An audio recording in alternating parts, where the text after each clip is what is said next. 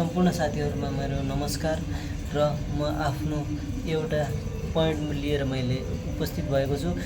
यो हो कि कसैले पनि गाली गलौज गरेर कसैको चर्चामा आउनु छ भने मेरोमा कमेन्ट पनि नगर्नु होला र मसँग कुरा पनि नगर्नु होला। म तपाईलाई विनम्र अनुरोध पनि गर्दछु र कुनै पनि सभ्य नागरिकको पहिचानले तपाईले कुरा गर्न चाहनुहुन्छ या सभ्य भएर कुरा गर्न चाहनुहुन्छ हजुरहरुका लागि सधैँ खुल्ला छ र यसरी गाली गलौजको राजनीतिको कसैले नगर्नु होला र यस्तै क्रियाकलाप गर्नेवाला केही व्यक्तिहरुको हिजो अस्तिदेखि धेरै पक्राउ परिसकेको भन्ने जानकारी छ।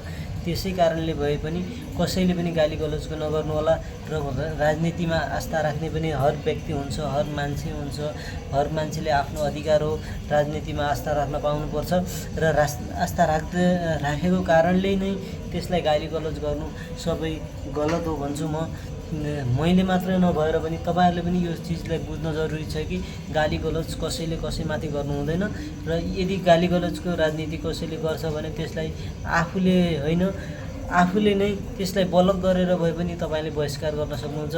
हामीले त त्यसैलाई झन् चर्चामा ल्याउने वातावरण हामीले गरिदिएका छौं किनकि त्यही भिडियो हामीले हेर्ने गर्छौं। त्यसलाई बहिष्कार गरौं। हस्, धन्यवाद। जय